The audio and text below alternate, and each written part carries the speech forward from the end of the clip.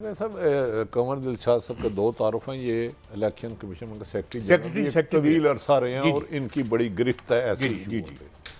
तो एक इतना साहिब इल्म जो जानता है, क्योंकि मुल्क के मौजूदा हालात पे भी उन्हें आगाही है, जिस तरह कागज़ छीने जा रहे हैं, बज़ाहिर अगर तरीके इंसाफ को तो तकरीबन आउट कर दिया गया तकरीबन क्या, तो वो ये समझ रहे हैं कि कोई जमात भी ऐसी नहीं जो इलेक्शन जीत सके। तो खदशे का इजहार वो कर रहे हैं कि ये अरबों रुपए लगा के भी शायद प्राइम मिनिस्टर ना बन सके, लीडर ऑफ हाउस ना बन सके और ये असम्बलियाँ तहलील करनी पड़े, खुदा ना खास्ता अरबों रुपये मुल्क का नुकसान होगा।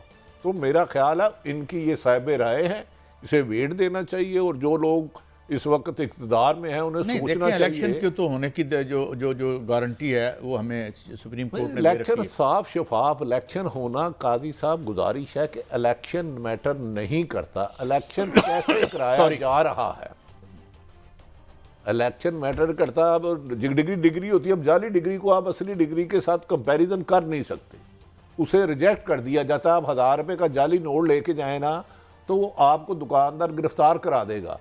तो जाली हुकूमत अगर कोई लेके जाता है, बनती है या बनती रही है, उसे लोग नहीं मानेंगे। और बज़ाहिर ऐसा लग रहा है कि इस दफ़ा आज़ाद उम्मीदवार, चाहे वो मुख्तलिफ निशानों से हैं, वो किसी भी सियासी जमात से ज़्यादा वोट ले सकते हैं। मैं ये नहीं कह रहा लेंगे, बादिल नज़र में ऐसा लग रहा है।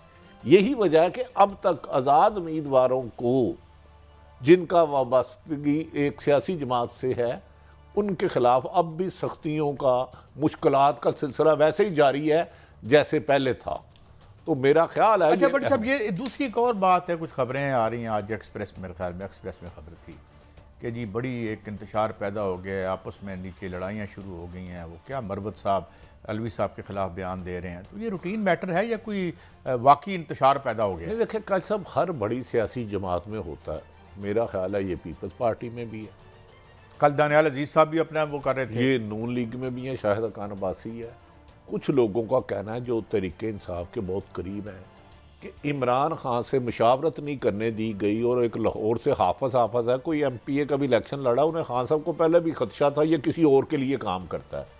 और मुबैना तौर पर खबरें हैं कि कुछ लोगों ने पैसे लेकर टिकट दिए या नहीं दिए, ये तो बहरहाल पार्टी जानेगी।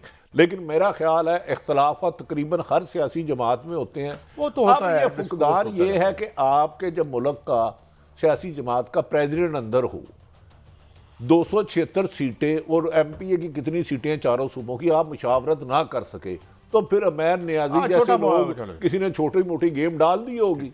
अच्छा एक और बड़े मारूफ कानूनदान है अहमद खान साहब हमारे अजीज, उनसे ज़रा उनका शॉर्ट सुनते हैं।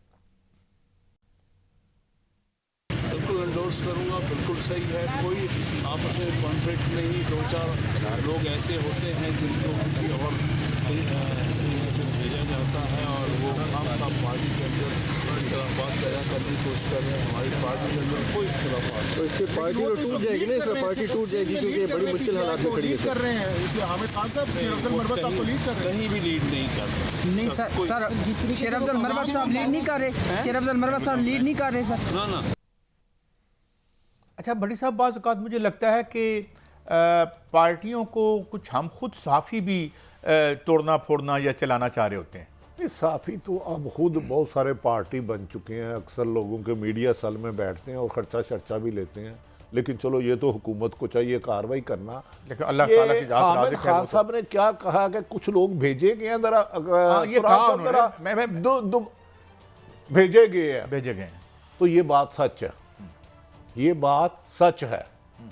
मुझे याद है इमरान खान साहब इधर थे, मोहतरम क्या नाम है, ज़मान पार्क, तो उनका एक करीबी बंदा था, उधर ही होता था। कहते हैं मुझे शक का यार ये उन्होंने भेजा है, वो वाकई उनका था। और अब भी वो फिरता सरेआम है, कभी अमेरिका का नंबर लेता है, कभी ऑस्ट्रेलिया का नंबर लेता है। लेकिन ऐसे होंगे और यकीनन ये हर सियासी जमात में हो सकते हैं। लेकिन हामिद खान साहब एक सीनियर वकील है, अगर वो कह रहे हैं तो इसमें हकीकत होगी। एक और शॉर्ट सुनवाना आपको, एक मरकजी रहनुमा उनका। अच्छा मेरे ख्याल में खबर है, शॉर्ट नहीं है, ये शाह महमूद कुरैशी साहब भी इस तरह के दावे कर रहे हैं, उन्हें भी कुछ ऑफरें वगैरह होती रही हैं और फवाद चौधरी और इस तरह के लोगों तो ये होती रहती है, इसमें इतनी घबराने की क्या बात है? ऐसा नहीं, कि मैं पार्टी बताऊं। छोड़ दें, बैठ जाएं ना, ये तो देखिए, आम आप तरीके इंसाफ की तरदीद करती है, उनका हक है। मैं कहता हूँ खान साहब से अहम तरीन मुलाकात हुई थी, उन्हें हर किस्म की ऑफ़र की गई, उन्होंने नहीं माना। तरदीद करना उनका हक है, खबर देना मेरा हक है। इसीलिए मैं नाम नहीं ले रहा।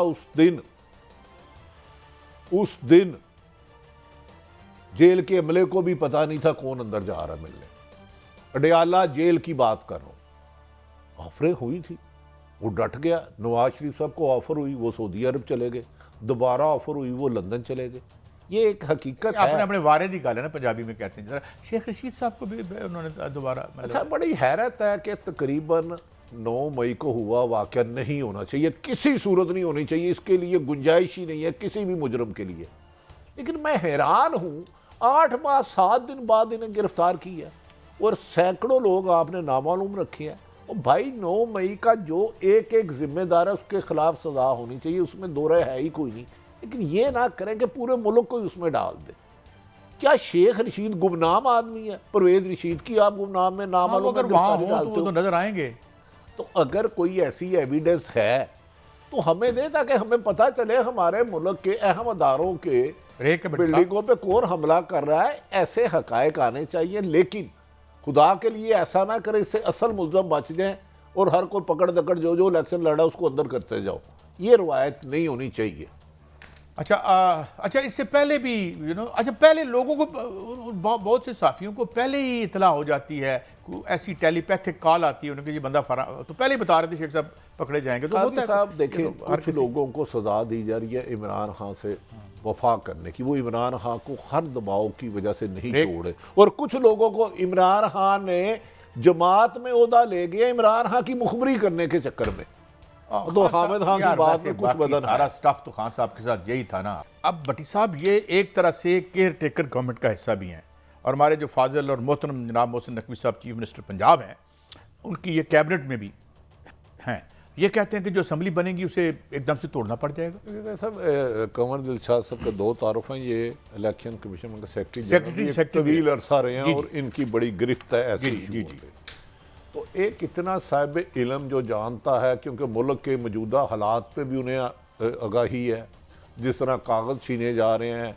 बज़ाहिर अगर तरीके इंसाफ को तो तकरीबन आउट कर दिया गया तकरीबन क्या, तो वो ये समझ रहे हैं कि कोई जमात भी ऐसी नहीं जो इलेक्शन जीत सके। तो खदशे का इजहार वो कर रहे हैं कि ये अरबों रुपए लगा के भी शायद प्राइम मिनिस्टर ना बन सके, लीडर ऑफ हाउस ना बन सके और ये असम्बलियाँ तहलील करनी पड़े। खुदा ना खास्ता अरबों रुपये मुल्क का नुकसान होगा। तो मेरा ख्याल है इनकी ये साहिब राय है, इसे वेट देना चाहिए।